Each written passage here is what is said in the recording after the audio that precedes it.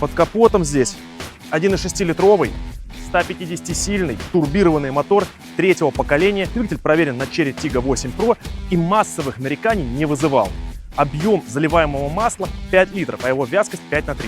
Максимальный крутящий момент здесь 290 ньютонов. Увы, насладиться внешним видом ДВС можно только сняв всю пластиковую скорлупу, которая появилась с 2024 года в этой комплектации. Ее придумали для того, чтобы в момент аварийной остановки вы с умным видом не пялились под капот в надежде своим наглым взглядом завести машину.